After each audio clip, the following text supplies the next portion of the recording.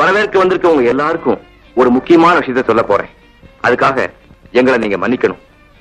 இவ பிரெஞ்சு நாட்டை சேர்ந்த பொண்ணு. படிக்க போன இடத்துல இவளை கல்யாணம் செய்திக்க வேண்டிய அவசியமும் நிர்பந்தமும் ஏற்பட்டுச்சு. அதனால நடந்ததெல்லாம் மறந்துட்டு நீங்க எல்லாரும் எங்களுக்கு ஆதரவு காட்டணும்னு கேட்டுக்கிறேன்.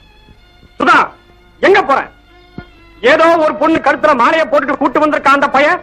அவன் கழுத்துலயா நீ மாலை போட போற?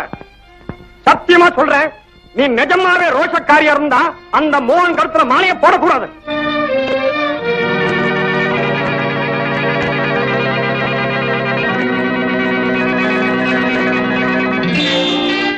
You are a very lucky girl. நீ பெரிய அதிர்ஷ்டசாலி. My heartiest congratulations.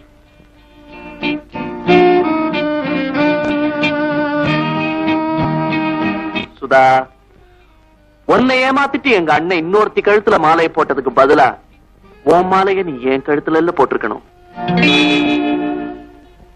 ரொம்ப அதிகம் பேசிட்டனோ? சாரி. ஏண்டா மோகன், காசை செலவழிச்சு பிரான்சுக்கு அனுப்பி உன்னை படிப்பு முடிச்சுட்டு வர சொன்னமா, இப்படி ஒரு பெண்ணை கல்யாணம் பண்ணிட்டு வர சொன்னமா? யாரு கொடுத்த தைரியம்டா இது? இந்த அளவுக்கு தலகணம் உனக்கு எப்படி வந்தது? இதுதான் நீ படிச்ச லட்சணமா?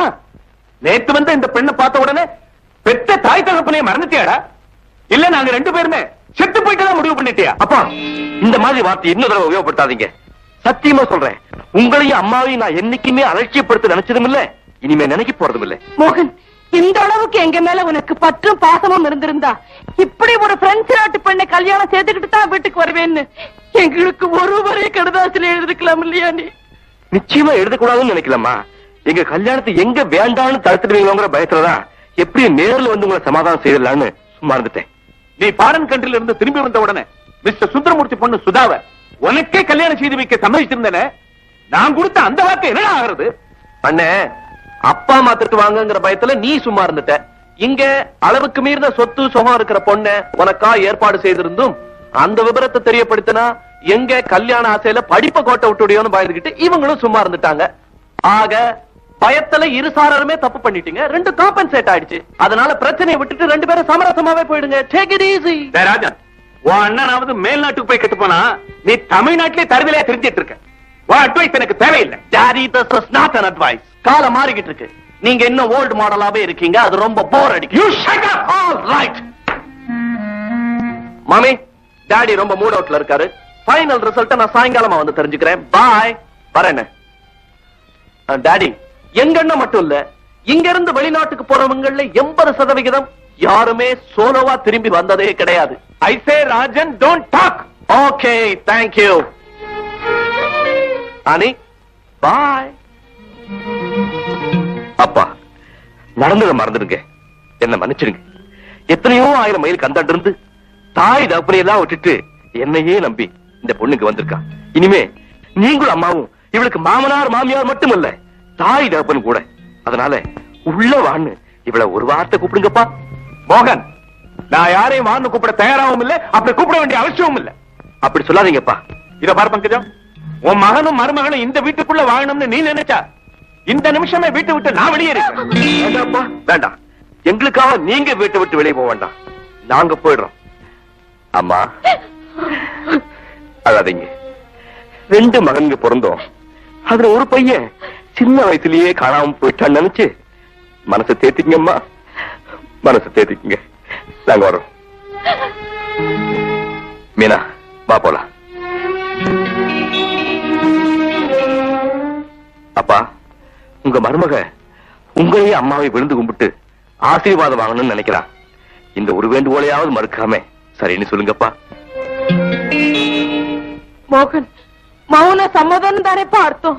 பங்கஜம், உனக்கு வாய் அதிகமா போயிடுச்சா? என்ன மன்னிச்சிருங்க, இனிமே ஒரு வார்த்தை கூட நான் பேசவே மாட்டேன்.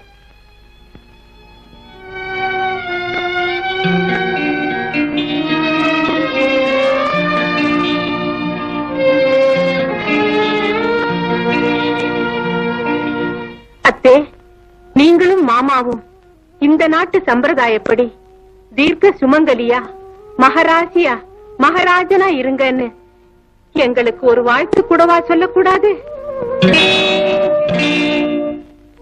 ஆல் ரைட், பரவாயில்ல. இருந்தாலும் எதுக்காக உங்க மகனை கட்டிக்கிட்டேங்கிற விவரத்தை சுருக்கமா சொல்றேன். எங்க அம்மா இந்த நாட்டு கலாச்சாரத்தை பத்தி அடிக்கடி என்கிட்ட பெருமையா பேசுவாங்க. அத கேட்க கேட்க நானும் இங்கே உள்ள பண்பாட்டுக்கு அடிமை ஆயிட்டேன்.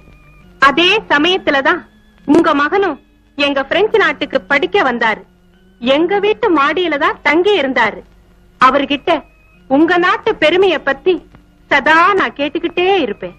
இங்க இருக்கிற கோயில்கள், அழகான சிற்பங்கள், பரதநாட்டியம், கர்நாடக சங்கீதம், பெண்மைக்கும் தாய்மைக்கும் இந்த நாட்டுல குடுக்கிற மதிப்பு, இதையெல்லாம் இவரு சொல்ல சொல்ல இருந்தா கொஞ்ச நாளாவது இந்த நாட்டு மண்ணில இருந்து செத்து போயிடணுங்கிற முடிவுக்கு வந்துட்டேன்.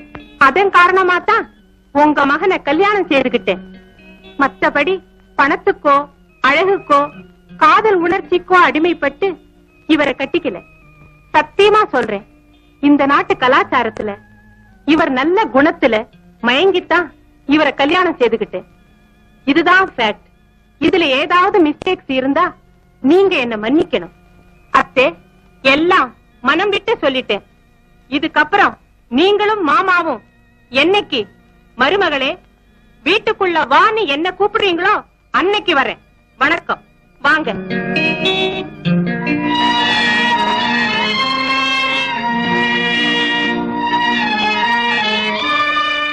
என்னங்க, இப்ப நம்ம எங்க போறோம்? எங்க போறோம் அதான் எனக்கும் தெரியல. கவலைப்படாத, படிச்ச படிப்பு இருக்கு, உழைக்கிறதுக்கு உடம்புல தெம்பு இருக்கு, எப்படியாவது பொழைச்சுக்குவோம். வா.